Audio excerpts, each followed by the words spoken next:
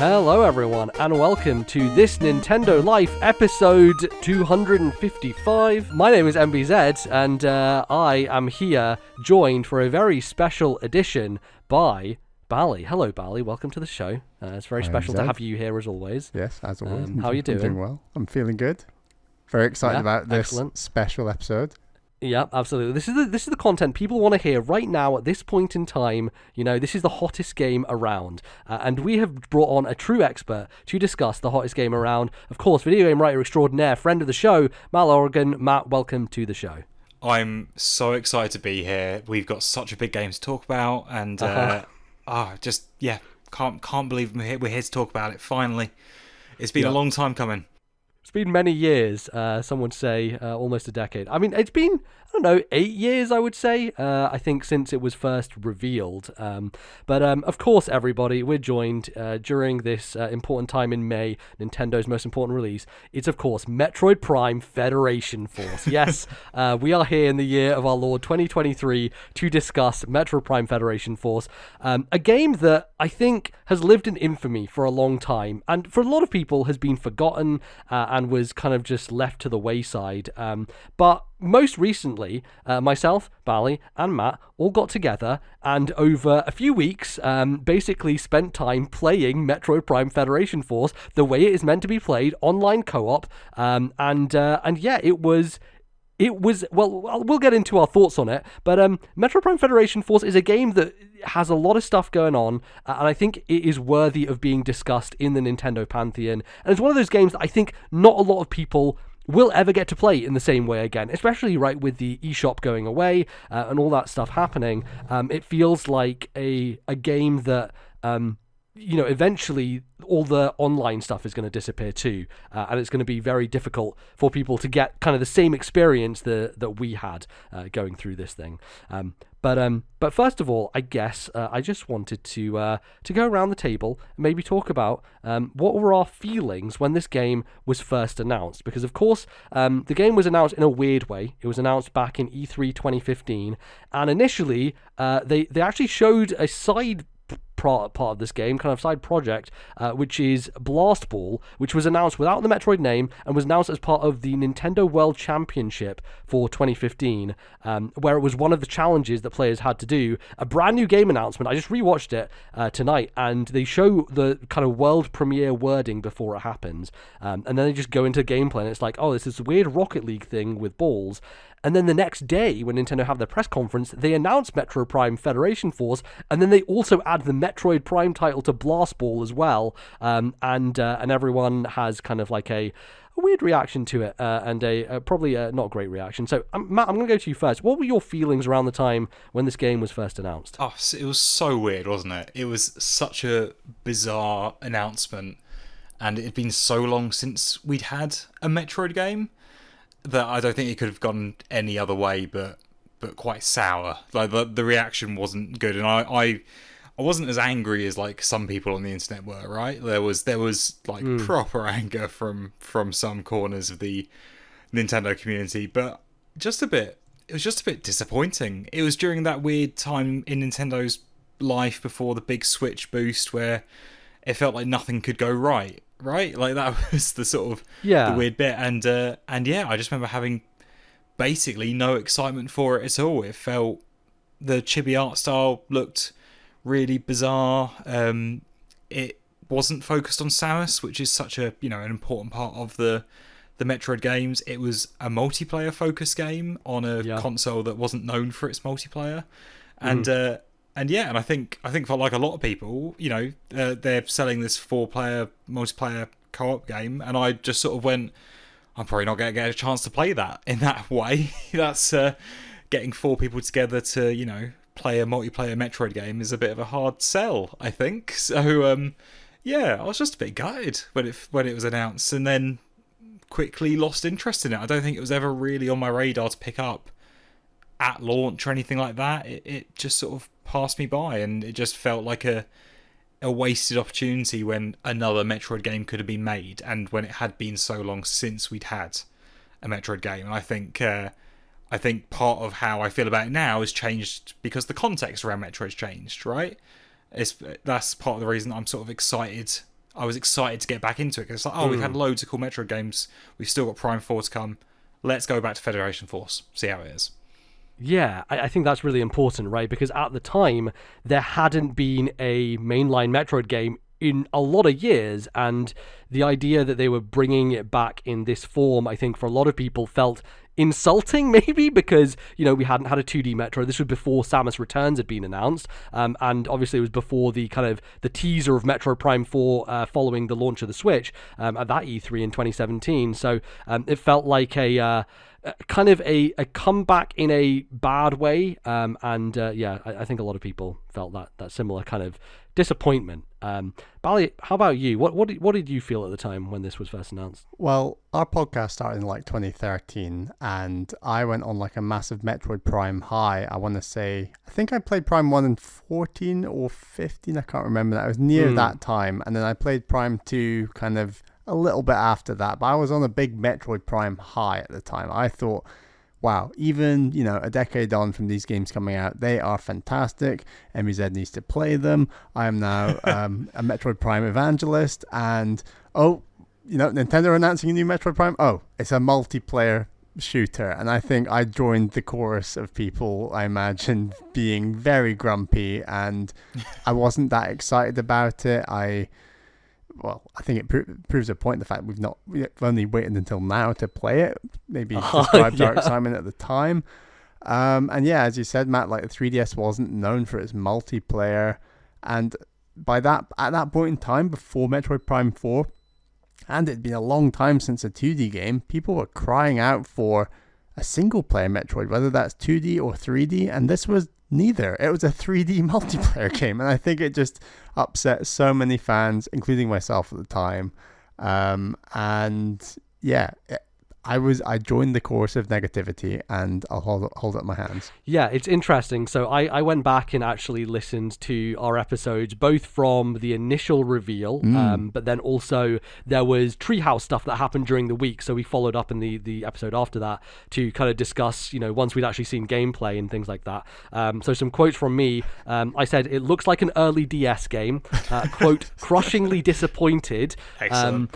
I also said, it looks like they made this game, then Nintendo made them stick Metroid on top of it. Like, Next Level had this idea for a multiplayer shooter, and Nintendo did the Star Fox Adventure thing and came in and were like, hey, what if you just skin that with some Federation troops and we make it into a Metroid kind of thing. So I think a lot of people actually, when Blast Ball was first shown, were kind of looking at it and thinking, well, that seems kind of Metroid. You're like holding a charge beam and it looks like you can lock onto the ball. Like, I think there was some suspicion there. And the funniest thing is, going back and watching that Nintendo World Championship, they transition from Blast Ball, and guess what the next game is? It's Super Metroid. So they basically yeah, they put it right on the nose there without actually telling anybody. But yeah, exactly. Which was very interesting.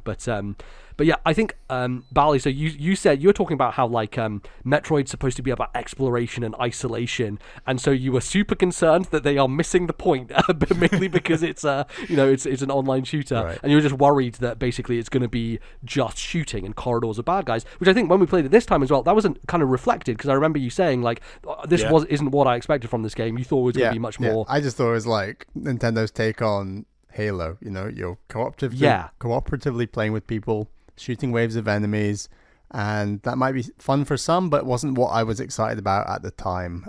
Even now, having played 7 Halo games later, like I still prefer that like, you know, solo Metroid isolated experience, because that's what Prime's all about. Yeah, absolutely. And then after we watched the Treehouse, I was like, it looks pretty fun, but it's nothing revolutionary.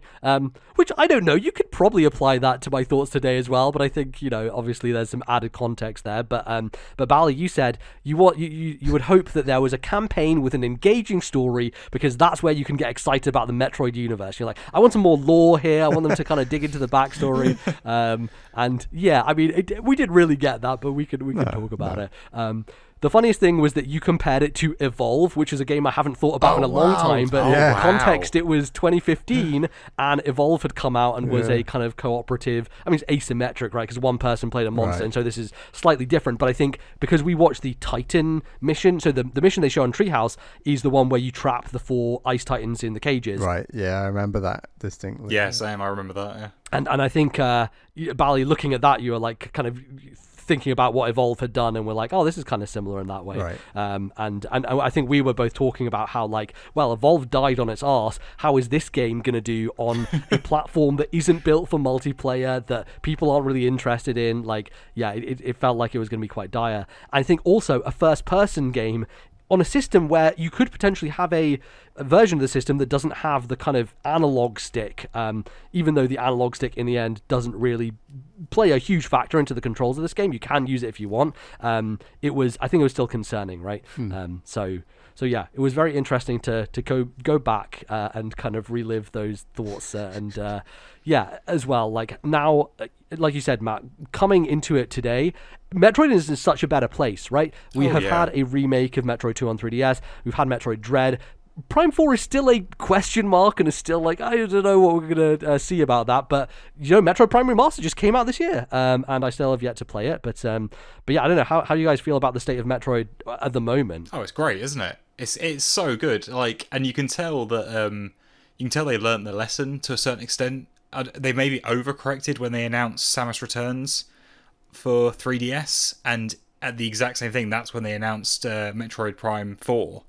And that felt like they'd learned from Federation Force in terms of being like, we can't put out like a smaller game without letting people know there's going to be a bigger game.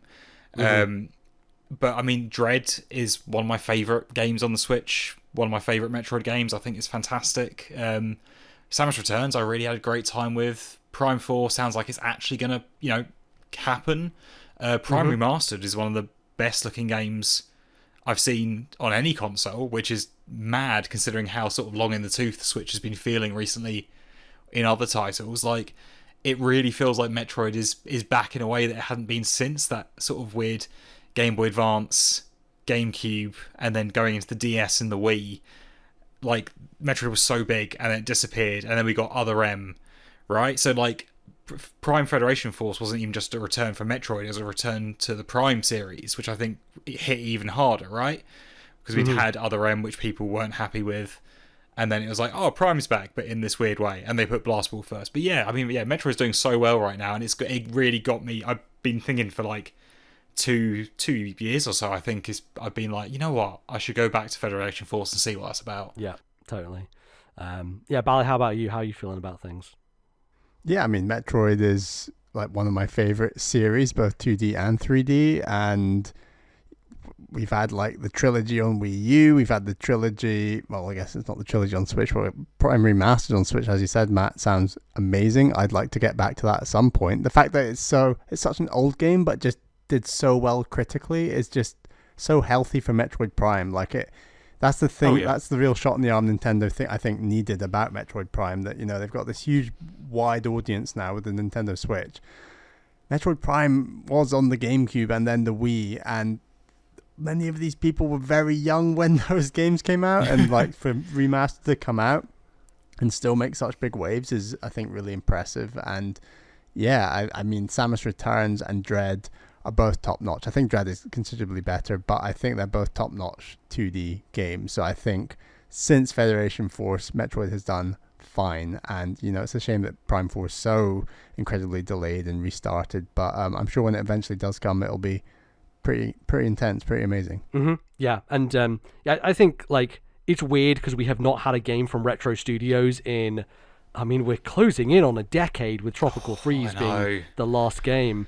So I don't know. There was all that. Do you remember when Reggie left Nintendo and there was that picture that Retro Studios gave him? There's all that scuttlebutt about there was this weird robot character. The robot in the hand that, off the side, right? Yeah. And people were like, "Was that a game that Retro were making that got cancelled?" Yeah, it's there's a lot of like theories or kind of speculation on what has been just going on at the studio in the last few years, but I don't know. It feels like Metroid Prime Remastered and what they did with that, I think, lends a lot of confidence for people of what they can do with a new game. So, and I'm interested, right? I have to. I'm contractually obligated, and we've talked about on this podcast, to play Metroid Prime this year, so I have to do it. And here's the thing, right? I think we should just kind of talk generally about our feelings on Metroid Prime Federation Force, but I loved this game. I thought it was so good, and I think it has primed me to get into Metroid Prime itself from a controls perspective as well, because you kind of have the limitations in the same way that you did on the GameCube. Obviously, Metroid Prime Remastered fixes that and gives you dual analog, which is very nice. But I feel like I got a little bit of the original GameCube experience of controlling Metroid Prime with this game, because the kind of second stick isn't great to be used. You have obviously motion control stuff in there, so it's a bit reminiscent of Prime 3 as well, but the whole locking on, using a button to kind of sidestep away from enemies, that type of stuff, it kind of like engendered me to it, and I felt like coming out of this experience, I think this game is surprising in a lot of ways. It has incredible variety in its mission design. It has a lot of interesting ideas.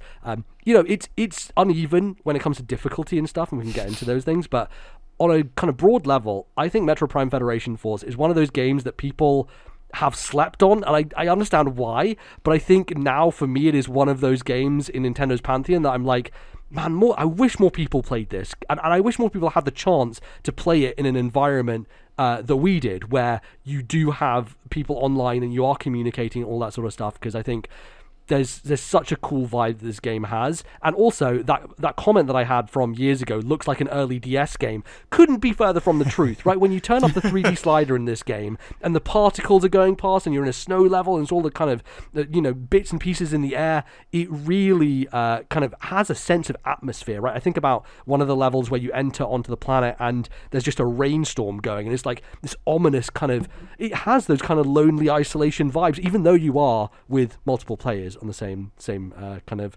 screen.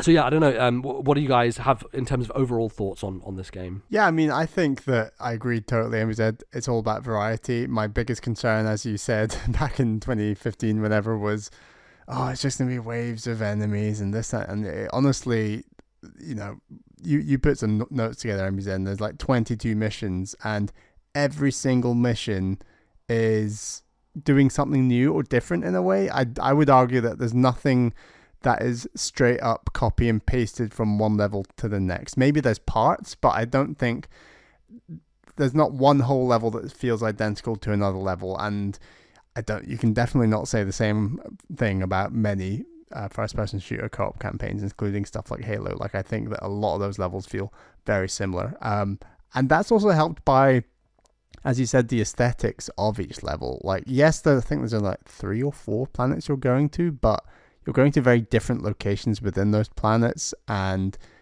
they do feel very fresh and different to each other. And that's helped by particle effects and snow, and the 3D looks incredible. Like, as much as it's a shame that's on 3DS, because my thumb would get so cramped from all the shooting, and that sucks, and I wish I could just play it with like a regular controller.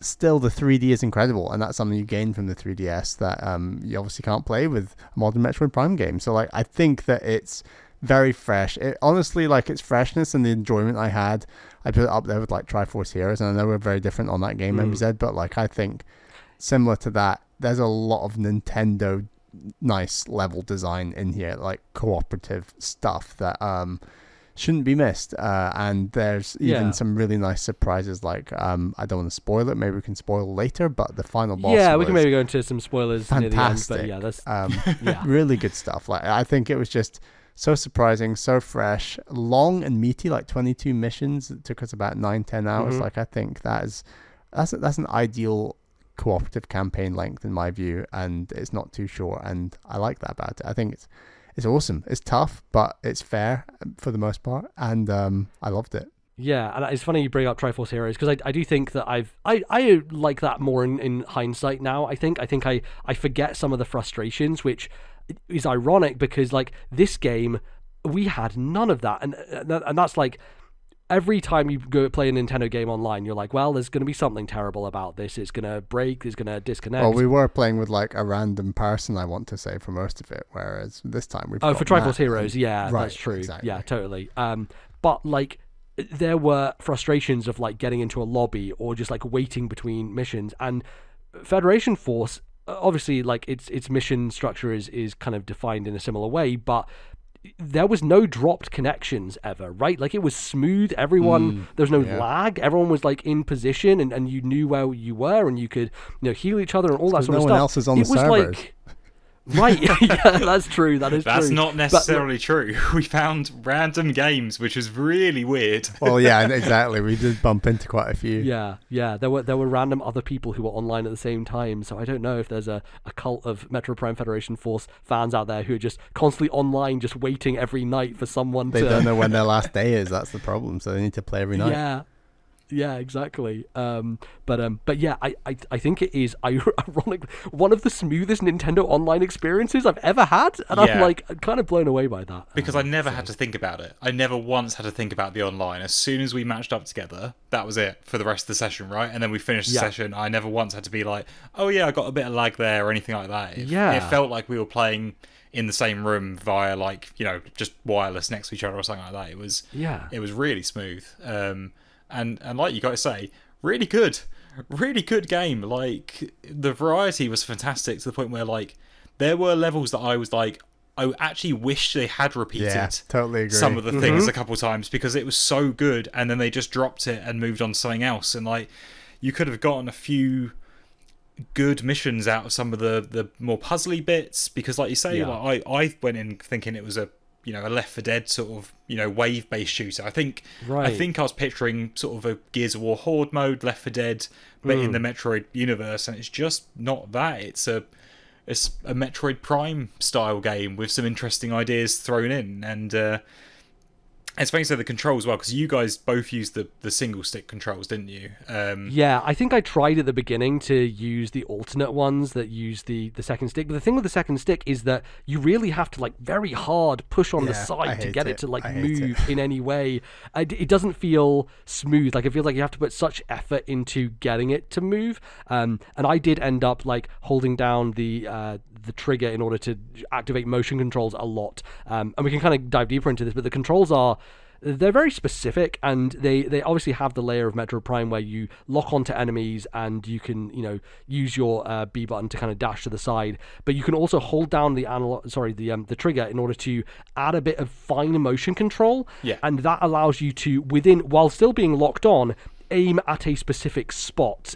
So you can aim at some of the enemies, like the bruisers have like these green spots that you have to aim at, or when you're moving around balls for puzzles in the environment, you can aim at the bottom of a ball, and kind of like a snooker ball, it will chip it depending on like the specific angle you have on it. So yeah, I think that made things, it was tricky because there's always this weird kind of push and pull when it comes to 3D plus motion controls at the same time. Yeah. And I think, did all of us play it on new 3DSs? Is that correct? I did, yeah. So at least we have the kind of upgraded 3D, which helps like when you're moving the 3DS around, because the older versions, right, you kind of lose the focus of the 3D once you're moving it at the same time. God, yeah. Yeah. So that benefited definitely. But yeah, and I do think when you think back to it, right, it's almost genius. If someone was trying to pitch a first-person shooter on 3DS and someone went, "Well, there's only one stick," the first instinct from someone at Nintendo would be like, "Metroid Prime," right? What's the one sort of like shooter series? It did really feel like Metroid Prime on GameCube, like that feeling of locking on and dashing, as you described before, MBZ. Like that is how Metroid Prime feels, and in some ways, that's kind of like. It'd be the thing I'd be most scared about going back to Metroid Prime 1, and if I did play the remaster, I might try the new control scheme, because like I don't think Metroid Prime is the best shooter, and that's why in 2015 I was so skeptical about this game, because it was all about the exploration. And I think that's where this game does shine, is that as we've already said, it's not just shooting, it is the exploration. And had it just been shooting, I don't think, as good as the control scheme is, I don't think it necessarily holds up quite as well, and just doesn't feel comfortable after a while is the other problem. Like it's not quite there when it comes to pure shooting mechanics. Yeah, totally. And I think comfortability is also a problem with the 3DS as a system generally. Like, Bal, you're always saying at the end of a session, "Oh, my hands hurt so much," every time we played it. There was a point when I think we had like 15, 20 minutes. We were like, one more mission. Bally was like, no, my hands can't take it. My hands need a rest. I mean, like... I think that's partly because I didn't use the charge beam quite as much as I thought I would, and as a result, often you'd charge up a charge beam, you'd let it fire, and there was no homing on the charge beam, and it would just go into the abyss. So it felt much more secure to just constantly tap A to just do chip damage, and it was much more locked on as a result with the vast majority of enemies. But the downside of just mashing on A for 20 minutes is your thumb is just exhausted after a single mission, depending on which kind of mission it is. But yeah, exactly. And I think the enemies, because they can come very quickly and have a lot of them kind of surrounding you, there is almost that gut reaction of, and I'm finding this, again, we talked about Horizon on our recent Nintendo episode, but I generally, when it's in a panic situation, you kind of just go for the default, and the default in this game is just tapping the fire button as quickly as possible. And so I think, when we were under pressure from waves of enemies coming, it would end up being like, okay, I'm firing, and then you kind of have to take a second to be like, oh wait, I have a missile here, I can switch to that, or I have a shot that does electric damage, and you can kind of rotate through them. But I think that your default state always ends up being, well, this is the thing that I don't deplete a resource from, right? And I tend to be one of those players as well, where I'm like, well, I can't deplete my resources. I'm the guy at the end of a JRPG who has 99 potions still, because I'm like, well, just in case that final boss battle, who knows? You might need all of them. And I think this game has some of that, and we were very much like kind of saving things up when it came to like health recharges of like, I would find a health recharge and be like, okay, do either of you guys have space? No, you don't? Okay, let's burn one of ours now, heal, and so we can pick it up, right? Like maximum efficiency when it comes to that stuff. We're all very on board with that. Although it was funny because I think you do forget about the extra items, so like the missiles and the super missiles, and then sort of the Federation Force specific stuff. But then when you do remember them, you just start spamming those as well. Like, if you're in a pinch, you're like, why are we struggling? You're like, oh, I've got like 30 missiles. Especially you, MBZ, because you were the leader in all our sessions. You just had like an extra dozen or two missiles, and then you just start using them, and then suddenly you're lower again. And I think we found that in a few boss fights that we thought were going to end sooner than they did, we'd expended a lot of our sort of extra ammo and then we're stuck just with the charge beam. Yeah, exactly. And it is a weird thing, right? I think it was, I don't think we ever figured out like why. I guess it is because I was the person who hosted it, but it seemed like because I was the person who hosted it, they gave me an additional, basically every time you choose a weapon, right, it has a weight capacity. So everybody has a weight capacity you can fill up, and each weapon has a number assigned to it. So if you choose an electric shot, you might get two blasts of that for each one that you take. And for missiles, I think it was 3 as a default for everybody, right? So if you take one missile slot, you get 3 missiles. Whereas every missile slot that I took, I got 10 missiles. So I would roll into missions with like 50 missiles, and these guys would have like 10 between them. And so I, often it would fall to me to be like, well, I'm just going to spam these, so that we can get through some of these more brutal, more elite enemies.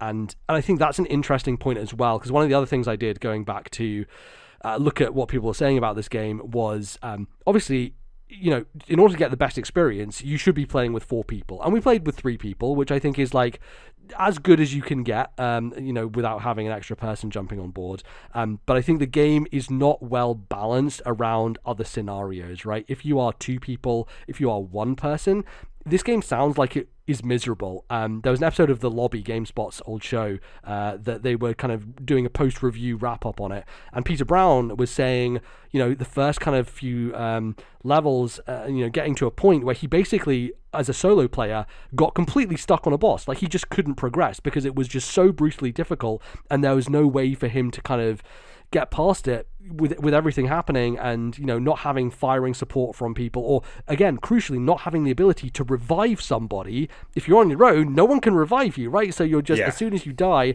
the mission is over. And one of the drawbacks of this game is that there's no checkpointing. If you fail a mission, you just have to restart the thing from the beginning. So I can't imagine at the time of people who were reviewing this had a extremely frustrating experience of, if they were just playing alone, they're kind of screwed. And they were also saying that he called someone else in to try and play, but they had to start from the beginning. And I think what we had was, because we were all playing together, it was like, okay, everyone played the missions. But if someone is on mission 10 and a new person joins, they can't start from whatever mission the other person's on. So you would have to go from the beginning to catch up with those missions in order to make it work. So I think this definitely factors into some of the kind of poor review scores around the time, is that because they have to consider everything, right, when you're reviewing a game. And from a single player perspective, it's just a bad experience. Even though they give you a mod chip, which is like, hey, you take half damage, you do double damage, it's still not enough. And I know, playing through this game, multiple times we were saying to each other, I can't imagine doing this as one person. God, right? no. Yeah, even with two, right? There was times when it was the three of us, and I was like, with two people, this would be tough, let alone just one. But yeah, I think we had a fairly optimal experience though, for the most part. There were a couple of levels where you could see where a fourth person would slot in, right? There were missions where we were looking at sort of every time you're pressing those buttons and things, and yeah, and there were missions where there was 4 directions. These boss rooms that were designed with 4 corners, and we would take up 3 of them, kind of thing as well. Yeah, yeah, exactly. Yeah. And I think what they were saying on the lobby as well was, as soon as the game went online, they basically went online to play with other people. And Peter Brown was saying, as soon as he had those people, the boss was just a breeze, right? He was able to just easily get through it. And I wonder if 4 people, it doesn't make the game too easy, but at least balances it in a way that it I don't know.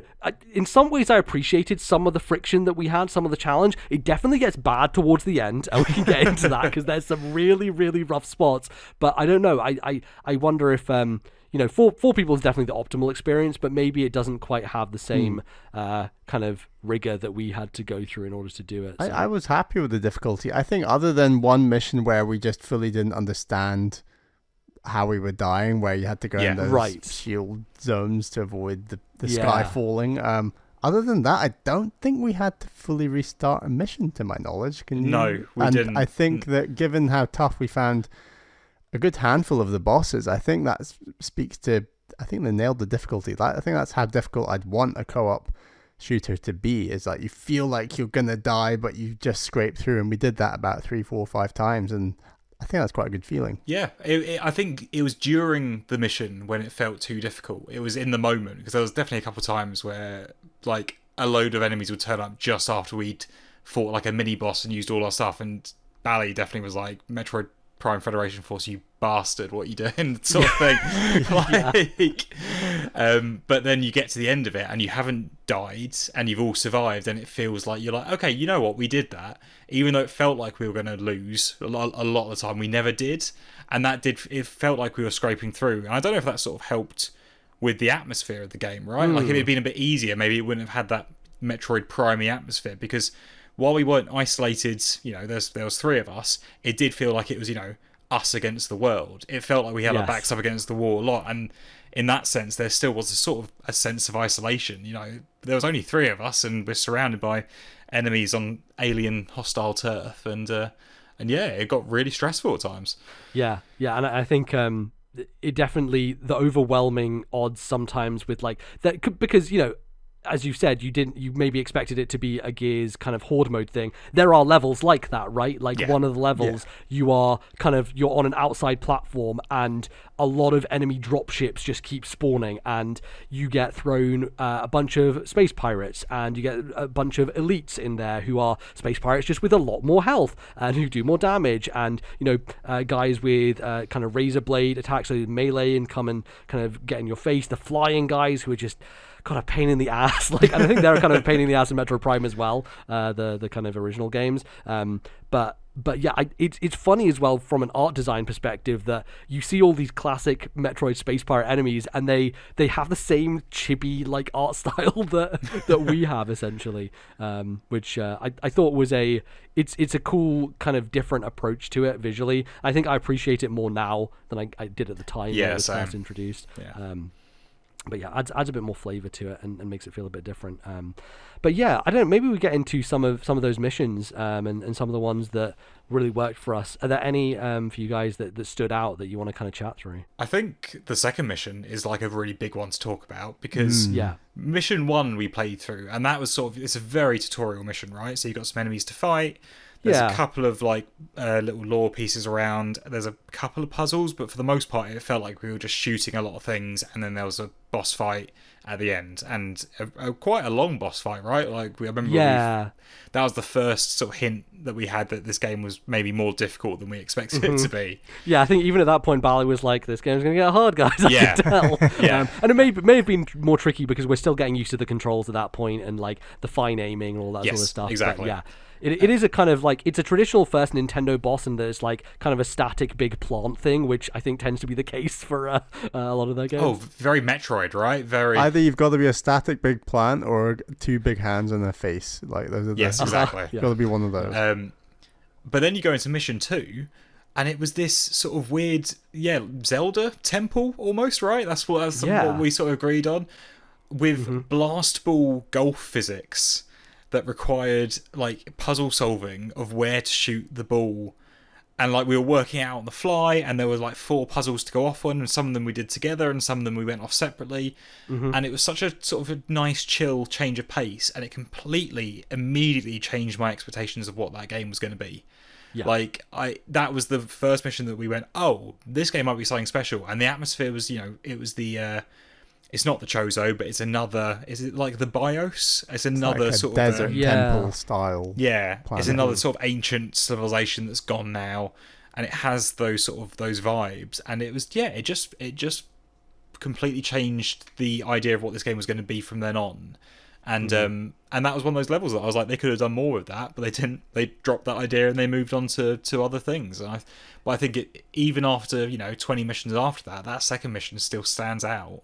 As a really, really strong one. Yeah, it's very unique, and I think it's also interesting because they do foreshadow things and they set things up like this, and they prepare you with these mechanics, because in that kind of safer, more controlled environment, you're kind of moving this ball around and doing puzzles with it and thinking, okay, now if I chip it underneath, I can make it go higher. And then, much later in the game, there is a boss fight on a big kind of moving platform, and there's a huge thing chasing you, and space pirates are jumping down, and the floor is falling apart, but you're still, you have that mechanic from before with the ball, and now you're doing something very similar with it, where you're moving it to specific parts, but there's a lot more tension because enemies are dropping, and we have to communicate to say, okay, I need to take out this guy, Bally, you're on ball duty, so you're going to have to get them up to the catapults. Maybe my favorite level, that one, actually. That was my really favorite good. level. Yeah, I think we need to talk about that actually, because that was so good. Yeah, exactly. And that entire thing is built on the bones of what they do in the second mission, and kind of continue, in other missions throughout the game, where you will still find these kind of like orb sections, but it won't quite be in the same way every time. And I think it's a really nice way of kind of like introducing, which Nintendo are great at, like introducing mechanics, and then it's slightly different to what they usually do with like Mario games. It's like within a single level, you kind of introduce mechanic, then twist it and whatever. They kind of do that across the whole game in a sense, while also being very different. But like there are levels where there's multiple. There's a payload level, then there's another payload level, but you're doing different things with them. But yeah, I like that idea generally. Bally, do you have like one that you want to chat through? Is it that one in particular, that kind of like big boss fight? I mean, that would be my favorite, but I also want to shout out the two payload ones. So one, you are on a payload, basically moving to, I think 1 or 2 players have to push the payload, and one is kind of running around just fighting other enemies, and you have to get into these bubbles that protect you from the raining meteor things that happen every like couple of minutes. I think it's like a lightning storm kind of thing. Yeah. That was the first one, and then there's a later one where there's no lightning storm, but there's a big old gun attached to the payload, so we rotated like who was on the big gun taking out lots of enemies, and there was just a nice variety. Like, it just kind of like, it forces you to go at a specific pace and just discover the world at a specific pace. It's essentially a scrolling level. But it works for this game, and it sounds very simple, but I actually really enjoyed those 2 levels. Yeah, and it's interesting because in levels like that, or in levels where one player has a more powerful weapon, it does feel like it kind of imbalances the whole scoring system, because this game does have it has like a medal and scoring system whereby each player gets points based on, I think, mainly killing enemies, right? Like, we did get points for like destroying pots and stuff, though, didn't we? There was, and mods. finding mod chips was like quite a big boost as well. And little bits. There were other bits like reviving people. Gave you a boost as well. So, and healing other people as well. So if I dropped a health pack for you, I got some points. So there was a little bit bits and pieces.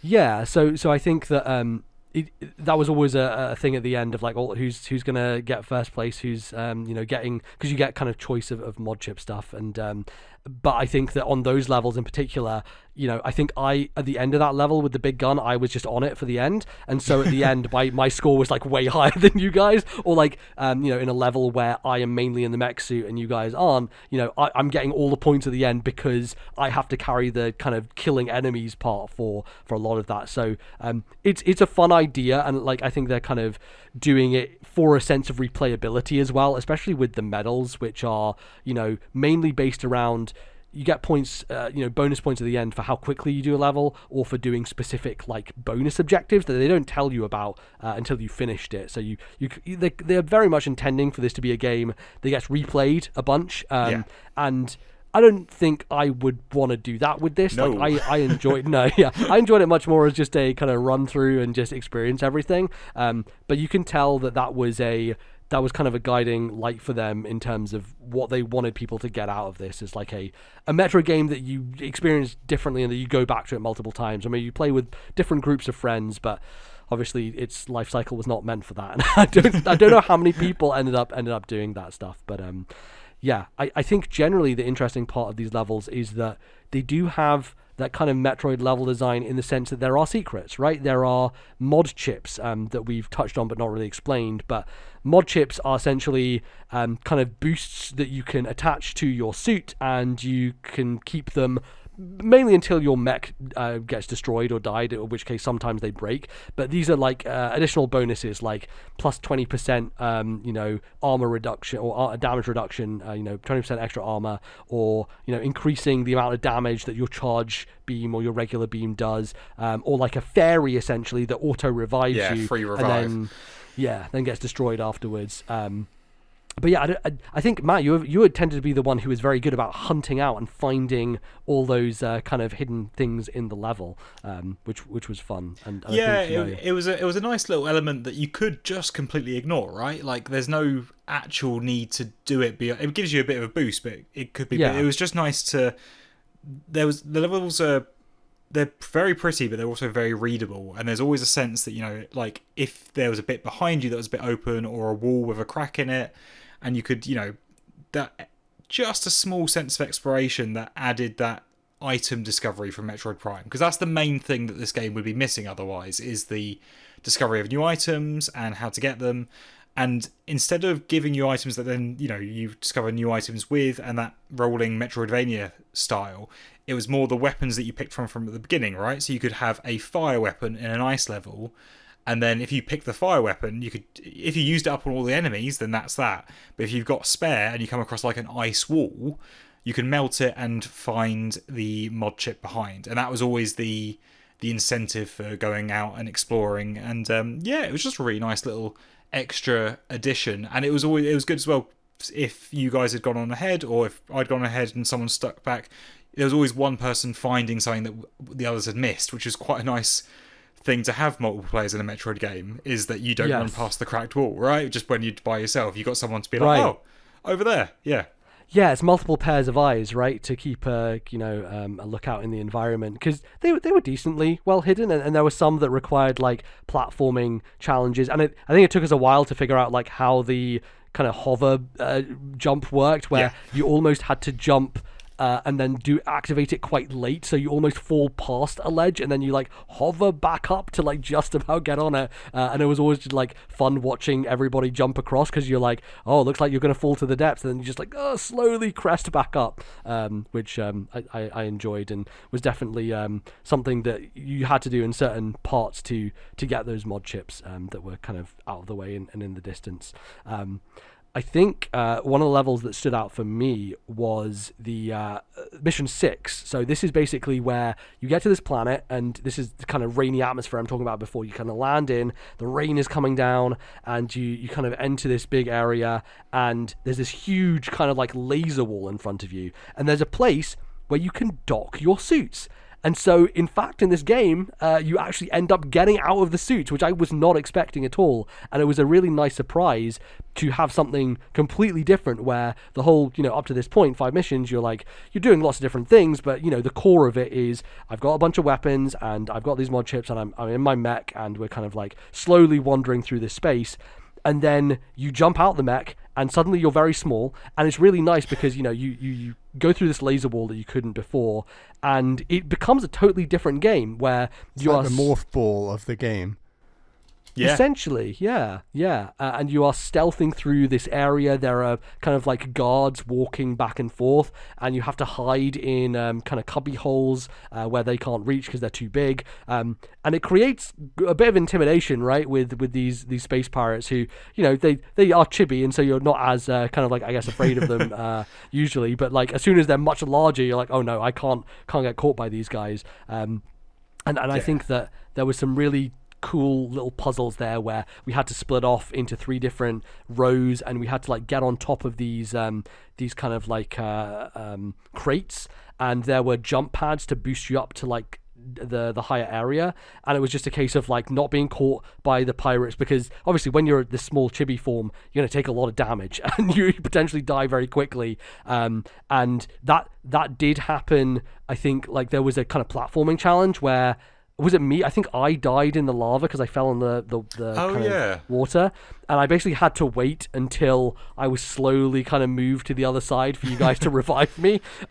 Which I would say that's one of the weaknesses of this game, is if you do like fall off a ledge or something and you end up dying, which happened a couple of times. There's a later game mission where Bally, right at the beginning, fell down a hole, and Matt and myself spent like another 5 minutes trying to navigate this maze to try and get to you, and then Matt found you and revived you, but then you fell down the hole again. Like it was, I think that's something that was a little tricky with this, in terms of, it's nice that you can revive each other, but it kind of can screw you over quite quickly, because at the end of that stealth level, we get to the end, and then it's a kind of a race. It's an escape sequence essentially on the way back. And if all of us had fallen in that green goo, that would have been it. Game over. We would have, one errant jump in that platforming sequence, and we would have had to start again. But at least you reduce the percentage chance by having more people available, and therefore more people to revive you. But yeah, it happens, a little bit more in the game. But I thought that first sequence where, you jump out and it completely changes the game. And I thought that was a great kind of mark in its favor of like, hey, this is really stepping out of its comfort zone, and it's trying different things. And I think that's when I think about this, right? It's like Next Level are a very talented studio. And I think a lot of people, when they saw this, they were like, well, it just looks a bit bad, I don't know, but I did always have confidence in like the back of my heart that like I know Next Level make good games, so I know they can pull something out here. But I think going through that section in particular, I was like, okay, they know what they're doing. They're smart, these people. So yeah, that one stood out for me for sure. Maybe we can talk a little bit about, before we dive into some more levels, how did you find some of the systems, right? Like, we talked a little bit about the mods and the ammo and the weapons, but how do you find managing all that stuff and the way it was kind of like utilized, within the game?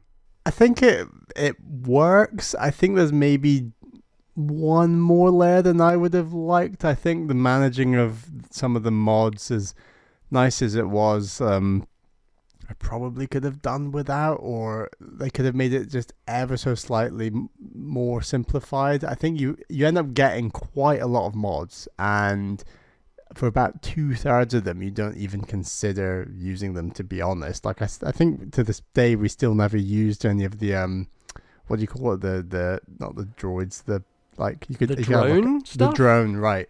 Yeah. Did we ever use a drone? And like, so Well, no, here's the 'cause thing. That's only single player, right? oh, got you. Right, so that's of what course. I was again from that episode of the lobby. They mentioned that, and I was like, oh, the drones are literally unusable as soon as you have 2 players or more. So if you're on your own, you basically have it as basically like a buddy, essentially, or like an AI companion that helps you, which is, I guess, their mitigation against not having extra players to help you out. But I guess we could never experience it because we're playing with each other the whole time. So Yeah. it's slightly annoying that they keep those drone mods in there. That's what I was going to say. We kept getting served those, and every time we were like, what is this for? Why is this for us? Is this for something that we're going to get in the future? And just, it always felt a bit rubbish when we got those. And I think it was very easy. So say you've got your missiles, your ice missiles, your flamethrower, your super missiles. It was very easy to just shoot off the wrong one by accident, and some of these, if that's a super missile, you're only going to be carrying one, more or less. And it's a little bit finicky at points to manage in your mind all the different things that you're holding. And in reality, if it was a GameCube controller, each one would be on a different point on the C-stick, for example, in Metroid Prime. I think that's a little easier to manage in your mind. But I guess that's more to do with blaming the 3DS, not necessarily the game design. I think it's just they're kind of shoehorned into like, how do we make this work best? And I think they did the best with the tools they had. Yeah, I agreed. I think I'd be more annoyed about that stuff if we hadn't been playing in multiplayer as well, because it almost was funnier when there was 3 of us around, and when you're like, okay, I'm gonna hit it with a super missile. Oh no, I just fired my health pack at it. That was the last health pack, and I just fired it at the boss. Okay, good. And there was that element. Yeah, that was it, right? But whereas if I sat there by myself, I would have just been really annoyed with the game for like letting me do that. Whereas I think in that context, shooting a super missile into the abyss was very funny. The couple of times I did it. Yeah, exactly. So I think that helped, and I think the mod chip thing was actually quite weird because by the end of the game, because of the amount of medals that we'd collected, you could have 3 mod chip slots, and at that point, I quite liked the mod chip selection, and you could sort of mix and match, and we had quite a good system where either 1 or 2 of us had the one that boosted the amount of healing that the health packs did, and there was like a radius boost from the health packs. And that was a really cool mod chip that we picked up, because then suddenly, rather than just using 1 health pack for 1 person, we were having to organise so that we were all stood next to each other when we dropped one, so that we all got a little bit of healing from it. And that added to the teamwork and the communication. And you could combine that with still having a bit of power. You could still add like 20% to your charge shot if you had all 3 mod chips equipped. But until we unlocked all 3, it felt like a much more limited system. And I don't think it would have lost anything by just letting you have 3 mod chips equipped right from the beginning of the game. Like, unless it's just because there weren't that many available. But by the time we got to the end, we'd hoarded up so menti that it felt like if we'd been able to mix and match right from the start, it'd have been a bit more of a fun system to work with. But I think it's amazing how much this game sort of prompted communication between us as well. And using you could stuff never like really the Winston shields and stuff, where I'll be like, all right, everyone come in here, and then you put out the dome-like shield. Like, that stuff is really satisfying to use. Yeah, and we sort of touched on that one mission, but that one with the big platform where we were having to catapult these, explosive balls into things. We didn't do it on purpose, but we ended up set up in a way where I was at the back releasing the explosive balls from their thing and then I couldn't see further forward, and further forward was where the floor was starting to get blown apart by the enemy's artillery. So I was having to check with you guys, is the middle lane still open for the thing? You're like, your middle lane's fine. Left. Did the ball land properly, or did it fall down a hole already? Yeah, exactly. Like left lane, that's blown up. And then I was firing towards. I was like, well, okay, one's in the middle. Bally was doing that, and then one's on the right. NBC's doing that. And it was just, I think this game was really, really good at promoting communication, and it's why it makes it quite surprising to me that, it released with no voice chat. Right? If you were playing online with people, you just sort of had to bark little commands at them that were built into the game, but I feel like that would have been a much lesser experience than what we had. Yeah, it's really funny you bring that up as well, because Nintendo tends to do that, right? Is they put in those kind of like, on the touchscreen you can do a little yelp that says something link generic with the pom-poms and Triforce Heroes. just driving. Well, exactly. Well, bananas. that's the thing. Listening back to that episode, Bally, obviously Triforce Heroes was shown off at that E3 as well, and on the podcast you're complaining, saying basically during that segment, Audrey Drake was going, "Oh, and in this game, you can, we don't have voice chat, but that's, it's a bit of a puzzle. It's a bit of a challenge for the players in order to, use those commands to see if you can communicate." And you were like, Nintendo they just should be saying nothing about this, the fact it doesn't have voice chat, and yet they're trying to promote the idea of voice chat being a bad thing. The spin on it, voice chat being a bad thing, and in fact, there's a quote unquote puzzle to communicating with these things. I thought was very funny. Which same thing applies here for Federation Force, where you can do those yelps, which we never did, right? Like, I think they are available, but how do you even use them? Are they on the D-pad or something? I think they might just be on the touchscreen, right? Okay. I think they were on the D-pad, actually. I think you could assign them to the D-pad, because otherwise we never touched that. But they might have been on touchscreens as well. But again, if you're given full voice chat, you're never going to think about it. If you want a bit more challenge, Yeah. If you want Federation Force to be more challenging, that's how you go about it. Yeah, exactly. No voice chat, commands only. That's the speed run for Federation Force. But yeah, I think did either of you use the touchscreen for scrolling through weapons at all? Because I tended to just use the X button to scroll through them. But obviously, touchscreen has stuff like the bigger map, which helped for like seeing how far the level was, or how long the level was, and what we could expect coming up. But I tended to just kind of manually do it with the button, but don't know what you guys were doing. No, I was the same. I was just manually scrolling through the button, and again, because I was on the I was using the little C stick as like a right analog stick, so I didn't have any sort of spare fingers or thumbs to even use on the touchscreen, because I was firing with the right trigger. But in the little down moments, it was quite useful to sort of, scroll through, see what the objective was, see what the map was looking like. I think frequently we're like, how much longer is this level? And then you'd look at the map, like you'd zoom out to a bigger thing. You're like, oh, there's the boss arena. I see it. The big circular bit at the end. Okay. Yep. It really didn't it let you know where you're going to end the level, really. But yeah, other than that, I didn't really use it much. Yeah. I think in terms of the weapon stuff, that felt like there was like a clear hierarchy of the best stuff that you had. Like, missiles were always a good go-to for just eating health away, because it did feel towards the end, when they throw a lot of elite enemies at you, they just tend to become bullet sponges, right? Yeah. And charge beams are cool, but they felt quite unreliable because enemies move quite a lot, and the slowness of I think you were saying a lot of like charging a charge beam and you shoot it and then it just misses because the enemy slightly moves out the way. Yeah. Became a bit frustrating. So I think leaning on missiles, for me anyway, I mean, I took like 50 every time, so clearly they were working for me. But it felt like that was kind of a guaranteed thing. But it was also interesting because each mission kind of gave you specific stuff, right? And you didn't have everything for every mission. And I think we kind of found a strategy that felt a bit foolproof of like, well, ice beam here seems pretty overpowered. And yeah, we, oftentimes in these missions, we'd get to the end and we'd be like, the target time was 10 minutes. We took 25. Woof. Okay, we're never going to do that. And there is one boss, this giant beetle, where the target time was, 7 minutes or something. And I think we beat it in 2.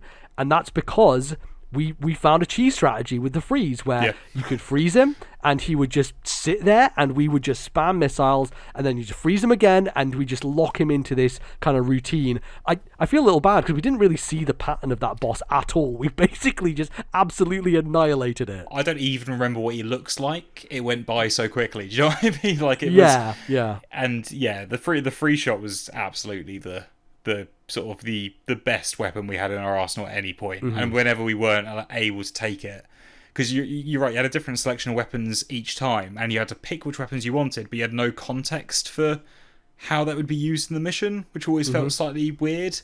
But every time you saw the free shot, you're like, okay, cool, that will come in handy at some point. Yeah, and even if it was just for crowd control, right? Because sometimes there's like 6 enemies and you just need one to calm down for a second so that you can manage things. I think it ended up being versatile in a lot of ways, and obviously you can use it for certain puzzles, for getting through areas, but it was the one that you would want to lean on if you could for boss fights. And I think there were certainly boss fights at the end of the game where we really would have loved to have the ice missiles, but we just didn't. We didn't have the ability to. And yeah, it definitely was something that we learnt on quite a bit, I think. But yeah, how do you guys kind of generally find like the enemy variety in this game, and the different kind of stuff that they threw at you? I think that generally the space pirates were core to this, and there were different variations on them. And it might be nice to have a few more, but there were fun things where there were enemies that kind of like rolled at you. You had to dodge out the way of, kind of smaller, turrets and things like that. How do you find kind of like fighting all those? I think it fitted the Metroid Prime theme well, which is you will get the locals, as it were. You'll get the enemies that are from that planet, that are the dudes coming out of the ground or something else, and then you've got the people coming in, which are the space pirates, and they stay the same no matter what planet you're on, really. And I think that kind of is that is part of how Metroid Prime feels, and I think this game echoed that nicely. I would say there's a good 5 or 6 types of space pirate, and that's probably enough for me. I think a lot of the enemy types you can really map one-to-one with, like Halo, for example, and I think that's all the enemy types you really need, in my opinion. I think it was fine. Yeah, no, I agree. And then you had there was a surprising amount of one-off enemies as well. In the level where we were holding off a load of enemies from the drill, and there was these big, clanking tanks that were coming over that we didn't see before or after that, because they were bigger targets, and yeah, alongside, and even the little weird Metal Gear looking robots that only turned up on the sort of more mechanical planet, and even then turn up in maybe sort of 2 missions, to the point that when they did turn up for the last time, I'd completely forgotten about them.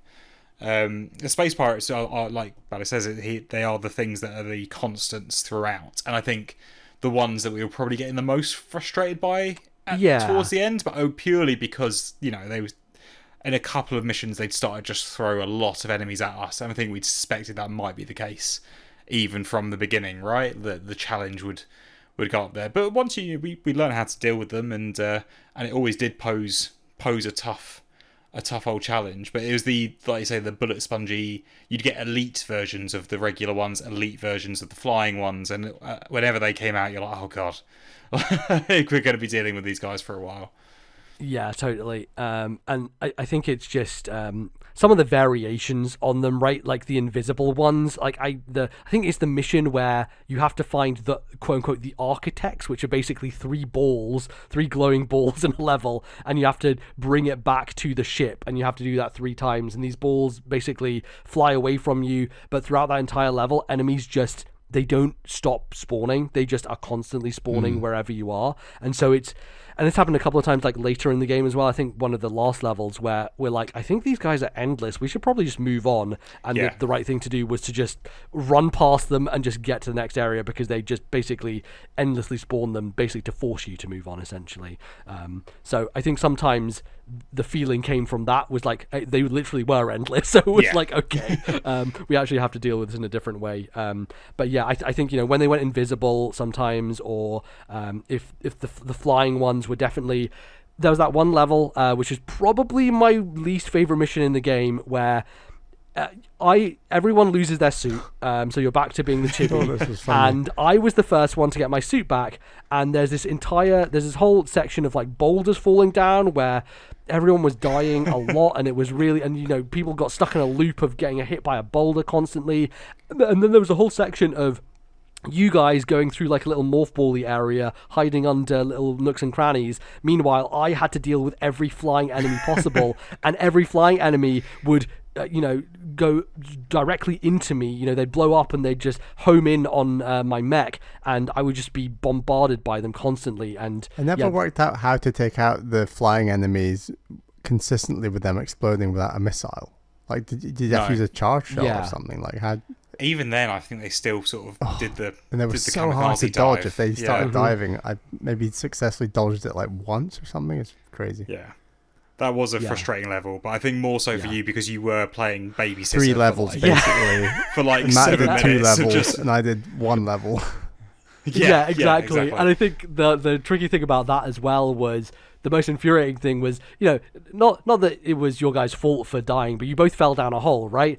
And then what happened was you got spawned right back at the beginning, And all the so enemies came back. I went back to the beginning, and all the fucking enemies respawned again, and I was like, "Are you kidding me, video game? What are you doing?" Because we just gone through a gauntlet just to get everybody through, and I thought like, okay, surely they won't just respawn the enemies, but like that was the point where I was like, well, maybe we should just never look at NES game design ever again. Like, come on, let's not do this. But they decided that was a good idea. Beatles game design. Yeah, absolutely. Beatles game design, absolutely. But that said, we did finish that level without having to repeat it. So yeah, that was always the thing. Once you got to the end of it, you went, maybe that wasn't so bad. It was just in the moment, it felt like you were always on the edge of having to restart the mission. But right. But the revive system's fairly lax. Yeah, isn't it? we got a real was all- system of like, really be on it when someone goes down, and we never got caught out and had to restart the level. Yeah, it was a case of, especially in like the later boss fights, where it was like, okay, Bally, you're on 5 HP, just die. Yes. 'Cause I'm on 55. Yeah. And I can get you back up to 55 if you just die right now. So there's a lot of strategic dying, especially when we were like very close to death, and just making sure that there was at least one person who could revive, and then obviously if 2 people revived, it was even faster, so there was a benefit to that. Unless you're Bally, in which case your Mario Party skills come in handy and you just mash A like crazy to get people up. I couldn't believe how fast I was getting up, considering how slowly I was reviving people with my weird, unflexible thumbs, just like slowly tapping it like an old man, and then Bally came over and just like blitzed through it with the turbo button or whatever. Yeah. I love button bashing. Love it. Absolutely. Came in handy. You definitely need a Bally on your team if you're going to play Federation Force, just to help you survive some of those tougher encounters. But yeah, are there any other kind of missions you guys want to shout out that we haven't kind of touched on yet? Because obviously there's a lot of variety in this game, a lot of stuff that we haven't gone through, and we can maybe get into some bosses and stuff, because those tended to be like standalone missions a lot with the big fights. That mainframe boss with the twisting lasers. Oh, bloody hell, the second last level in the game. That was really tough. Like really tough. That was one of those ones where we thought that was only going to be one phase because it was so hard as it was, and we used up basically everything that we had on its first phase, and then it changed colour and got more difficult, and then we did that and it changed colour and got more difficult. That was when we were in our biggest revive cycle because we had nothing else to go back on. Yeah, and then they make you fight another kind of mini thing after that, and I was like, "Are you kidding me? Are you seriously doing this to us?" So yeah, I think those were definitely the low points. Like Mission 20 and 21 back to back, those were definitely the low point of the game for me. Which was really annoying because the like 4 or 5 missions before that were the high point for me. Yeah, I remember we came out of that session and we were like, "That was so good!" Like every mission had been really interesting and fun, and then. Yeah, the sort of the 2 penultimate missions were a little bit tougher and a little bit more like throwing everything at you. But I think we all really liked the final mission. And yeah, we can get into some spoilers on that in a little bit. But yeah, I think those previous missions, we kind of talked about some of them, but right, one of them is the payload with the big gun. One of them is that moving platform catapult boss, and one of them. Ties into something we haven't really touched on talking about at all. But Metroids are in this game. They exist, and one of those missions is going into a facility where there are a lot of Metroids inside, hatches or inside like containers, essentially glass containers. Back to tanks. Basically, and you can shoot those tanks and let the Metroids out. I think there was something like a bonus mission tied to that or something of some kind. But yeah, there was a fun animation tied to Metroids grabbing you and picking you up, which we found out as Bally screamed when he got attacked by a Metroid. It was scary to see him getting picked up. Like from my point of view, I mean, he got grabbed and then he got lifted into the air, and it looked like he was possessed. Yeah, it was, which for like a chibi character is just very funny, like something quite horrifying happening to quite a cutesy character. I think it's quite a nice juxtaposition. It was that was a fun level. It was fairly late in the game, so it was nice to see sort of Metroids turn up in that sense as well. It felt every point, it felt like the point in the game where they turn up in a Metroid Prime game, right? Like at that point where you go, here's the Metroids. Exactly. And there was a bonus objective tied to like eggs, carrying them back as well, which we weren't able to do, which I think, as you mentioned, Matt, is tied to the secret ending of this game, and the only way to get that is to get out of there with all those Metroid eggs, which we didn't manage to do, unfortunately. But yeah, I guess that kind of comes on to narrative stuff, which we haven't really mentioned, and I think is the trickiest part of this game, because there are narrative things, and like in every level there are bits of lore and there are like things you can read. There's a little bit of quote unquote scanning in there, even if it's not scanning, it's just kind of standing next to a terminal and reading a piece of something. And you know, I think the difficult thing about a game like this is we're on voice chatting through it, and so you get to the end of the mission, you're chatting through the mission, but also dialogue is happening, and so the game is telling you stuff and it is kind of relaying some information about what's going on, but I find anyway, it's very hard to kind of keep track of that as well as talking to people at the same time. I find this very hard when I stream. So, you know, when I streamed, I think it's part of the reason why the story of Fire Emblem Path of Radiance and Radiant Dawn don't really do anything for me, is because I can't concentrate on it while I'm, you know, thinking about doing something else at the same time. And so I'm like, I probably need to go back and replay those on my own time so I can actually absorb it properly. But I found a similar situation here where I couldn't really absorb it, but also I don't know if there was anything really major happening. Yeah, how do you guys feel about that? I think it was tough, like you say. Like, I think the plot is so juxtaposed to the actual design of the game and how they want you to play it, and I enjoyed it for what was there, and I've gone back to read up about it since and enjoyed the little extras that are there. But the fact that, you know, there were these little terminals that you could crowd around, and you hold the interact button, you get like, I mean, we're talking what, one sentence maybe of text. Like, it had to be condensed down, and you could tell that was a concern, because every mission you can get an extra medal for completing it in below a time, and the amount of times that we came, you know, seconds away from being under that time. And that could have just been, if we hadn't been reading the weird lore bit for 7 seconds, we might have knocked under. So it feels like they knew they needed that prime scan sort of thing in there, that they can't not be dropping lore. But it felt a bit of a compromise between that and the actual design of the game, which is, you know, you're going to be working together, you're going to be chatting, you're going to be moving forward, like pushing forward for most of the time. And where the exploration worked better with that, you know, you're trading off the time that you could clock off by getting the mod chips. This felt a little bit more roughly inserted into that. But I liked what I saw. It was a bit weird. I particularly enjoyed the lore that was there purely from a game design point of view, which was I don't know if you guys picked up on this, but you know, the second planet that we always went to, the one that was more like the temple, the deserty kind of. And my favourite bit of lore about that is that they found a way to make things grow big, and then the space pirates found that, and that's why the space pirates are all really big, because we're in big mech suits, right? And normally the space pirates would be the size of the little people that we are when we come out of the mech suits. But instead they're all really big. And then that obviously plays in other ways. It does, now that you mention it, absolutely. Yeah, because I was confused about that when that first happened, and now I'm not. Because I went back to read up on it, and I'm like, that's a really funny bit of lore that is purely there to explain why space pirates aren't little compared to your giant mechs. And I think that's really interesting. Yeah, no, that's great. I really appreciate that.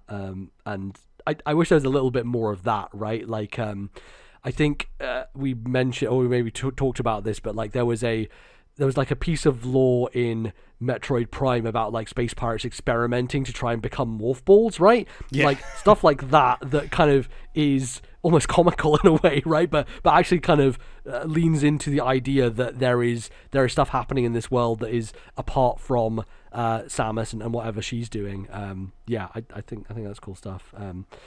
Yeah, Bally, how did you kind of find that stuff? Because obviously, clearly, back in 2015, you wanted a campaign with all the kind of, the lore drops and everything. Yeah, and I think without kind of like voice-acted cinematic cutscenes, I think it does fall a little bit flat when you're trying to... Obviously, Metroid Prime doesn't have those. I mean, I think it does in Prime 3, actually, which is kind of strange. And it works for that game from what I've played of it. But, like, I think that maybe that's something that Prime 4 will have, is like the cinematic voice acted cutscenes. I think that just giving you text to read through, and you've got the time ticking down to read through between missions, and then you're jumping in the mission together, like, it doesn't really work that well. And the kind of gist of the story I got was like space pirates like invading and experimenting with things, and that's kind of like the theme that space pirates have in the other Metroid Prime game. So I kind of just got that vibe from it and didn't look too much into it. I'd be interested to go and read up or watch some things about the lore like you've done, Matt, and just kind of see how it all fits in properly, because I didn't get a ton of it while playing. I think it's interesting that because we are the Federation force and we're working for the Federation as well, you don't get any of that autonomy that Samus has to sort of discover their own things and like go on a mission for a particular reason. We were just being sort of thrown around to different missions, so I never really questioned. Like, you get a little bit of an explanation why, but it almost attempted to be mysterious, because it was like, we've heard something is happening down here. There's a signal. There was a lot of like sci-fi terminology, but it meant that whenever you got set up for a mission, you were like, I don't really know where we're going or what we're doing. And you never really found out until you got down there what was actually going on. And even then, that was happening, midway through a mission. And then during the end bits, they were just like, that was a success. We have let Samus know. We have contacted someone, blah, blah, blah. And it always felt like we were almost out of the loop, because we aren't the Federation themselves. We're just sort of working for them and doing their stuff. Right. So it was always like, yeah, good work, guys. You did what you need to do, and we'll sort out the rest. And then it was like, oh, we're sending you here because something weird's happening. Go down.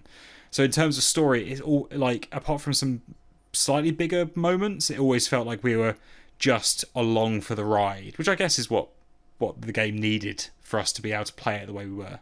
Yeah, you are just the grunts on the ground, right? And you aren't getting the full context of what's happening. And obviously they tease Samus a lot in this game. They're like, hey, we got a signal from her and she's hanging out. And yeah, that was something that was interesting, and we were always like, well, when's she going to show up? We're going to wait? How long are we going to wait? How many more missions? How long are they dangling that carrot? Yeah, constantly, which obviously they're going to do, and it's within their right, and they hold it for a good moment. But it was just kind of a constant like, oh, are we gonna find it? Oh, nope, it's not going to be this time. We're going to have to wait till the next one and see what happens. But I do find it really interesting that they kind of take the idea of the Bermuda Triangle here, because it's like the name of the region is the Bermuda Galaxy or something along those lines, and there are 3 planets, and I don't know, I was almost expecting it to end in a Halo Reach-esque situation where we almost sacrifice ourselves and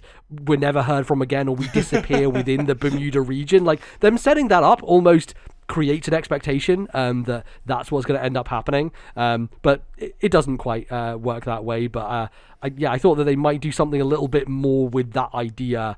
But I think it was just, I don't know, I think it was just they saw 3 planets and they're like, oh, that's kind of like a triangle. Bermuda Triangle? Sure, that's cool. So let's do that. So, they never really went further with it, which was cool, I guess. But yeah, I think that overall, narratively, it's not what you come to this for, of course, and it wasn't what they really made it for. But I think that there's some interesting bits in there, and I think a lot of people have talked about the kind of the extra cutscene that you have if you get that secret ending, and whether that will tie into Metroid Prime 4 and that sort of stuff. Maybe we should get into spoilers now. Maybe we should kind of transition over into kind of the end of this game and the final fight and all that sort of stuff. Because I think there's some interesting stuff going on, and I think it's probably my favorite fight in the game, and I think there's some wild stuff that happens. So if in 2023 you are still listening to a show and thinking, one day I'm going to play Federation Force with some friends, then duck out now. But if not, which I'm sure the vast majority of people listening will be in that camp, listen to us talk about kind of the final ending and stuff of this game. So Samus shows up. We get to Samus. Yep. And then they make her big. And then you fight a giant morph ball as the final boss of this game. Samus in a morph ball as a giant as the final boss of this game. I thought this was fantastic. How do you guys feel about this entire thing? Bally, I know you really enjoyed this. Yeah, I absolutely loved it. And when you think back to where this game stemmed from with the reveal of Blast Ball, and here we are, like, 8 years later at the final boss, essentially playing Blast Ball, but against Samus, who is the ball. It's just such a great like full circle of like everything that Federation Force is about. And yeah, you're shoving Samus into like these electrified fences to do damage, and there's coordination, there's teamwork, which is kind of like what we've talked about are some of the strongest levels in this game. Is bringing together all the best elements and then just throwing in the fact that you're fighting against Samus, which is just hilarious. I think it's a really zany, it fits the chibi aesthetic of the game, and it's just a really zany kind of finale that is actually kind of perfect, and I don't think it'll ever be topped as like an idea for a final boss, to be honest. No, it's pretty incredible. It's easily the silliest bit of the game, and like it actually took me by surprise a little bit because the tone of Federation Force is surprisingly serious, I think, for most of the time. So the immediate moment, I mean, to be fair, especially when she first just gets hit with the laser and goes absolutely giant, and I'm like, well, we're fucked, aren't we? Because we're fighting against a giant Samus. Yeah. And then I think it's really funny though that it's like, for whatever reason, she can't be stood up 50 foot tall and blasting us with a laser beam. That's for Prime 4. Yeah. Just that it goes into like giant morph ball, and it can't be emphasized enough how big that morph ball is as well. If people are trying to picture this in their heads, like huge morph ball that you're shooting around. But as a fight, it's so good. And after like 2 missions where we'd been like struggling against like hordes of enemies, it felt like a real it was a really fun fight. It was hard, it was difficult, It was challenging, but it wasn't challenging in like a frustrating way even slightly. It was so much fun, and it felt like a real moment that everything from that game came together in a really good way. And I wish we'd almost gotten more boss fights with that sort of boss fight to it. I mean, it wouldn't have been a special turning up, but it's easily one of the better boss fights in the game compared to a lot of the static enemies we were fighting. And it's really, really good. Yeah, I think it's set up so well from the rest of the game as well. If you think about how much we interacted with the balls throughout and how we had to be precise with them, but also like throughout the game you are using that kind of fine aiming in order to hit those specific spots. And one of the fun things I found about this fight is it takes a part of the morph ball's design that I've always thought about subconsciously, of like, there's that like dot in the middle of the morph ball. Like, I like it from a design perspective, but I never really thought about it. That is the weak point of the morph ball. So I don't know what like kind of technological implications that has, but that spot on the morph ball is how you basically get Samus into a state where you can damage her. So you kind of like deactivate the shield essentially, and then you can toss her against the electric fence and, do damage that way. But then also, like, she's climbing about the ceiling because they have the spider ball tracks in the room. So she starts attaching to those and moving around. Just so Metroid Prime. Like, it's just such a thing I remember of playing Metroid Prime 1 is the spider ball mechanics and all the puzzles you do as that. And it was like a real... Because the spider ball before that had only been in Metroid 2, I want to say. And then this was like, oh, wow, that's a really cool utilization of it in 3D. So, like, that is... What's so great about this boss is it brings together something that's so core to Federation Force, Blast Ball, but then the Spider Ball is very core to Metroid Prime, I would argue. And then you've got the whole co-op thing, which is obviously unique to Federation Force. It's just a really great coming together. It's very fresh. Well, I loved it because the Spider Ball tracks were always there as well, but we didn't notice them as part of the design of the arena until she started using them. In the morph ball thing. That was a really cool moment. Like, it was always there on the ceiling, but it was only when she sort of like used the spider ball tracks, we're like, oh my god, it's the spider ball. And like there was morph ball bombs being dropped as well that was like damaging us, and a really, really good fight. But weirdly not the final fight in the game, right? Like, I think because there's an escape sequence afterwards, and you Actually, we fight something else, right? Like after Yeah, that. you're forgetting about Master Brain. Oh, right, yes, that is true. Which is funny because we kind of cheesed it in terms of like, you guys were like standing by the door and were like, I can damage this thing without moving through the door and activating the cutscene. Yeah. And like, when we did take down Master Brain, I think that's why I forgot it, because it was so quick. It was We just so basically- quick, yeah. Yeah. But like what Bally was saying about like the Prime stuff, I got that with Master Brain as well, because it was basically, it's obviously Mother Brain's the inspiration, but it was also designed way more closely to the Aurora units from Metroid Prime 3. And that felt like a real callback, because Federation Force is meant to take place after Prime 3 with the destruction of like Phazon and stuff like that. Oh, okay. And having that like Aurora unit, which was a really big sort of plot point in Prime 3, be the final boss of this game, also felt like it was tying everything back in together in a really, really cool way. But yeah, I mean, compared to the Samus fight, it was just nothing, right? That was, Yeah, totally. Yeah, I think the fact I forgot it says all you need to know. But yeah, it's interesting that it does try and call back to Mother Brain stuff. But yeah, it was very just like static, right? And you just kind of hammer it while there are enemies around at the same time. I think there are enemies like around there, so like one of us was holding off regular enemies while the other two were kind of focused on the main kind of core, and then you do have an escape sequence after that, right? Yeah, I think we get the moment where the 4 like brutes turn up, like the really big ones. ones. Yeah, and we were like, absolutely not.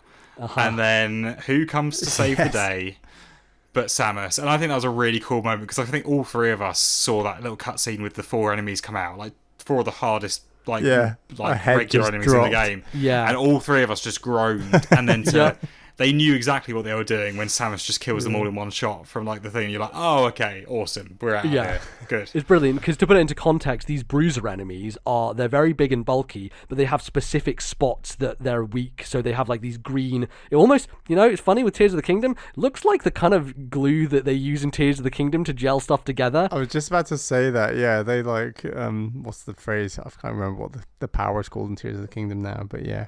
Ultra hand stuff, yeah. It felt, well, here we go, next level, inspiring Nintendo EAD years before. But yeah, the bruises look like they're stuck together with that kind of green glue, and that green glue is where you hit their weak spots, but it's really hard to hit, and like when they're moving around, they're really annoying and they have a lot of health. And so the context there is like you see 4 of those guys, you're like, oh, for fuck's sake, I've gone through so much and I don't want to fight them. So the relief that Samus just takes one missile and they all blow up is just, it's amazing. Like, it's so good. So they definitely nailed that, I think. Yeah, and then I think you kind of, there's a whole thing where you kind of like go out into space, right? Like you're like floating through space. It might be part of the escape sequence, right? And then you're kind of saved by the gunship, and that's it. And that's credits. And Metroid Prime Federation Force is done. And and I think that overall it was just a really good kind of cap to things.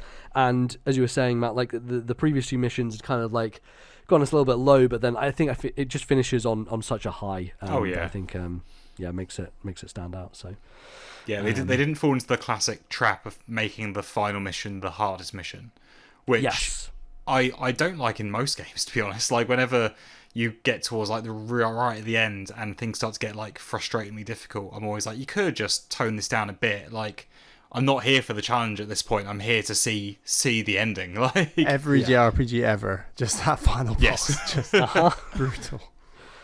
Yeah, totally. There was one other thing I want to say about the Samus fight, which again is like is foreshadowing stuff, but from a gameplay perspective is like they train you throughout the game with some of these enemies. So like in mission 5, the Griptorax ball enemy that basically does what Samus does, where it kind of charges up and charges towards you, and you do start to learn that kind of like side dodge out the way in order to get past those enemies as well. And that comes back a few times, and then it is kind of like, now it's a really big ball, so you really have to anticipate it coming towards you. So yeah, I think in just multiple different ways, the game builds itself up to a finale that is basically a test of everything you've learned up to that point. about the game from a combat perspective, and I think it's just a really great cap overall on everything. So yeah.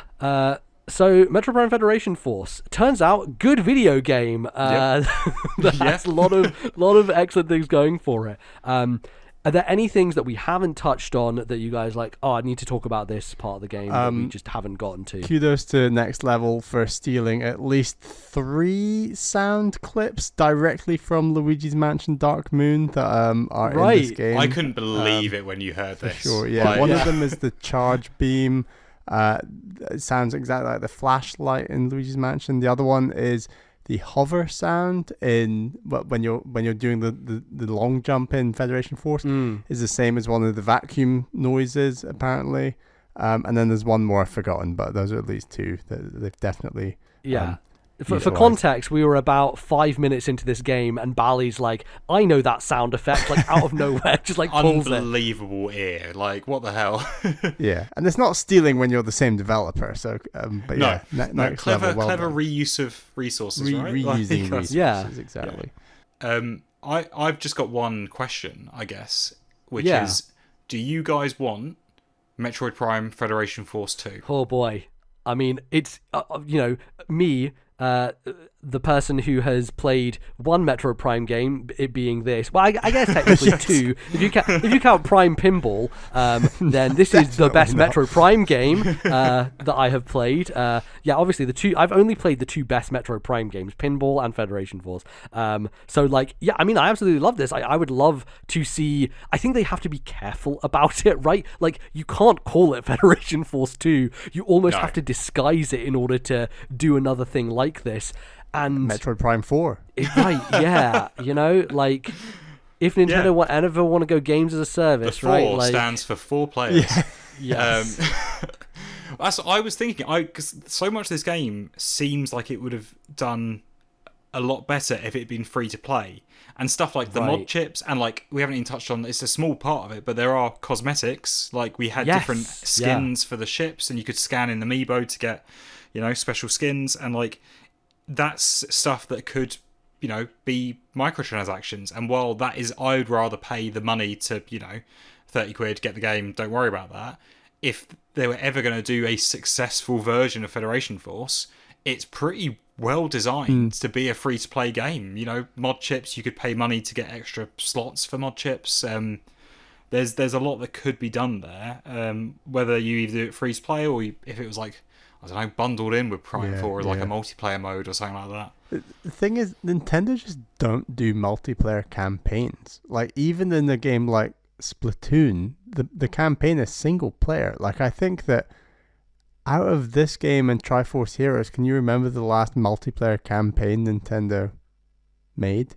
Like, it just feels like it's so against what they fundamentally believe in, and I don't know. I would absolutely love it, because I would love a multiplayer Metroid game that wasn't on 3DS, because it obviously hurt my hands a bit. But like I said, the 3D was great. But I think the Switch, or the sequel to the Switch, I would absolutely love to get some co-op shooting in there. But it doesn't feel very Nintendo in some ways. But ultimately, there's a lot of Nintendo design in this game. That's the weird thing. So I'd love to see a sequel. Oh, tons, right? Yeah. Yeah, I think that's the thing that stands out about it, is like it feels very hand crafted, every space, every level, every objective, and as we talked about the variety of stuff that happens in this game, it feels at many points like a Zelda game, right? Or like a game that has an approach to its design that is within the Nintendo mold, and you can feel it, right? Any other company making this game would have made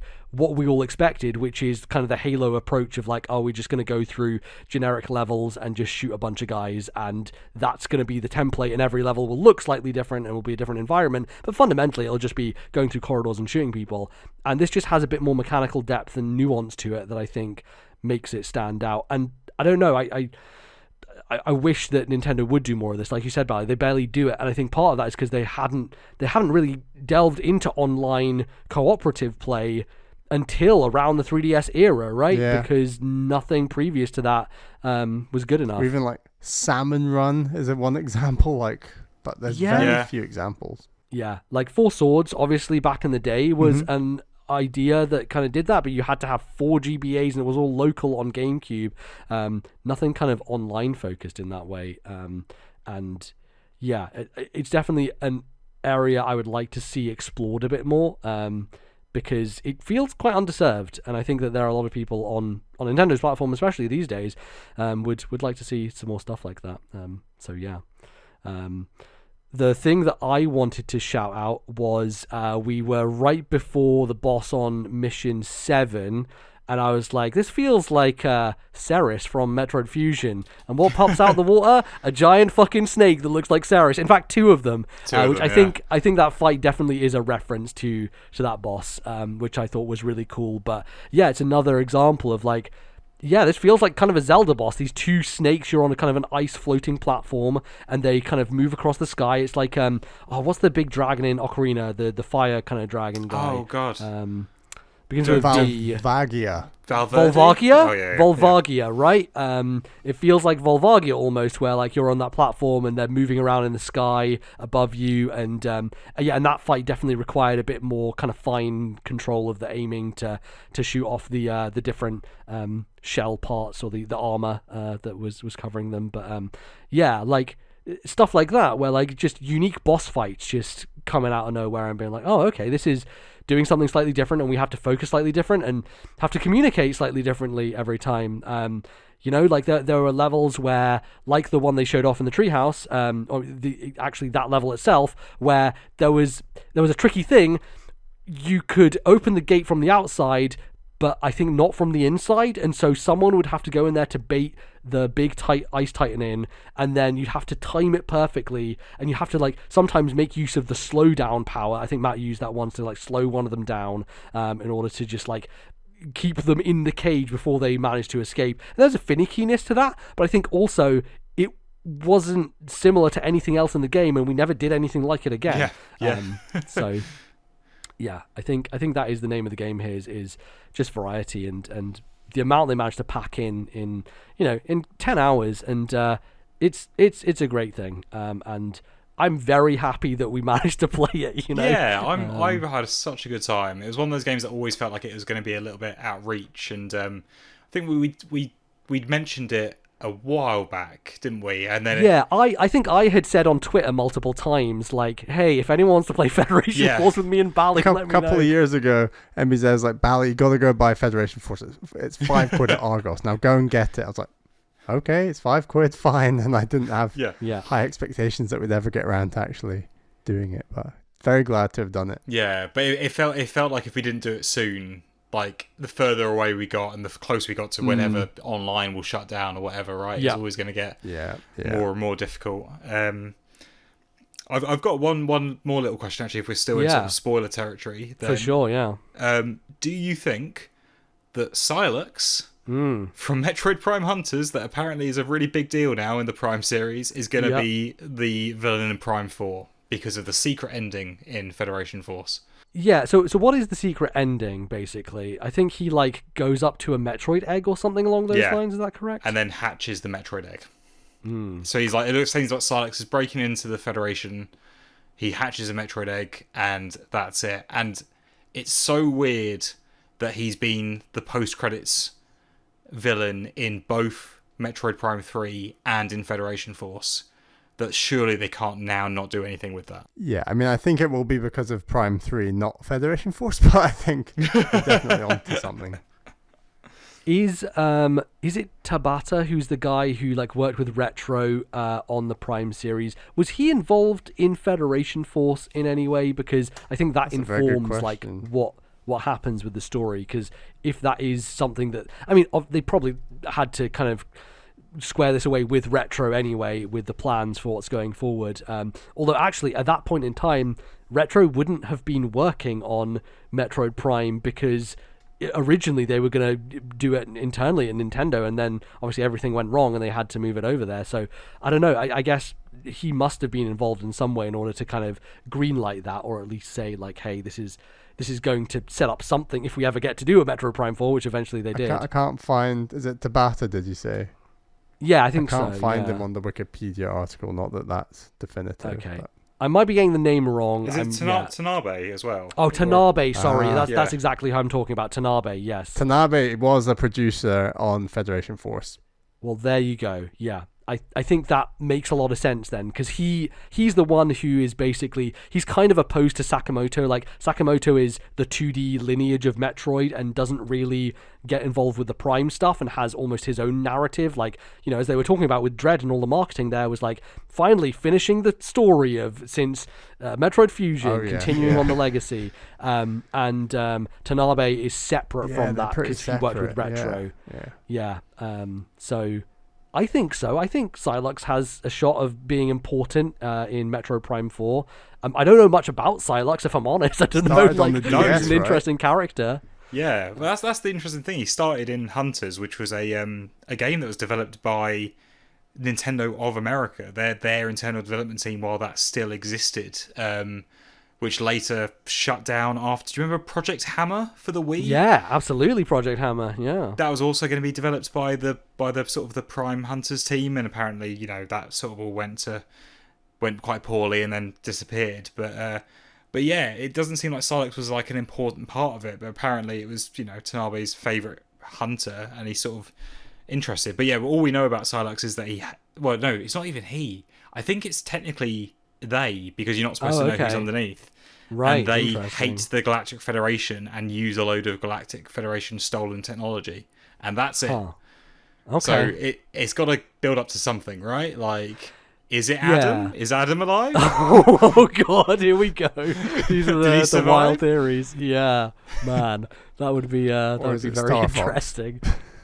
Yeah, well, the thing is, like, does Adam exist within the Prime canon? I guess technically they all are supposed to exist together, but like Adam is very much a Sakamoto character versus the Metroid Prime lineage.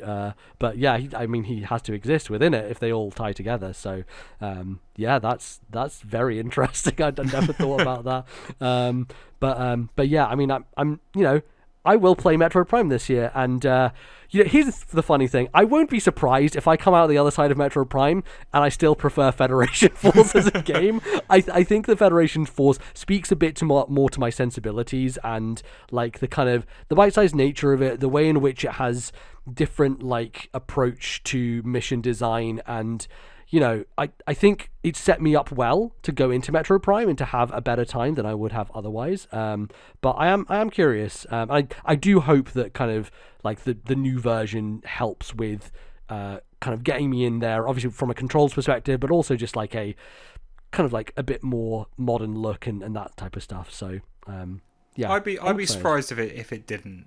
It's a real strong showing, and like I know Bally was saying he's going to try out the new controls, and they're the default. If you don't look at the settings at all, you get twin stick controls from the. That's good. Okay, cool. Yeah, which is good. I think because it's probably because most people picking up this in modern day just expect that out the box, and it might be weird if you have to go into a menu to change to the default controls for any first-person game of the last decade, right? So yeah, I think that makes sense. Awesome.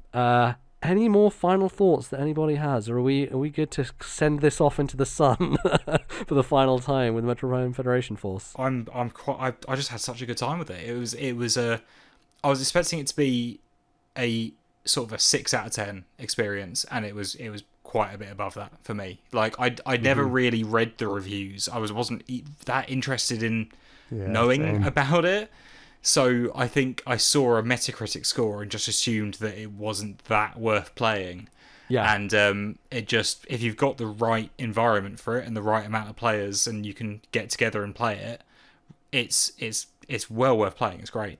Yeah, way better than what I expected, and really glad to have finally played it. And I want to withdraw my voice from the chorus of negativity from 2015 because it definitely deserves a lot more praise than what we gave it back then. And it is the Tropical Freeze of its era, I would even go as far as to say. Although it's not quite as good as Tropical Freeze, I just think that if you talk about an E3 reception and then actually when you play the game, it being quite good, I think that it falls into that category. Yeah, I mean, sadly, it just will never get the same redemption arc that Tropical Freeze managed to have.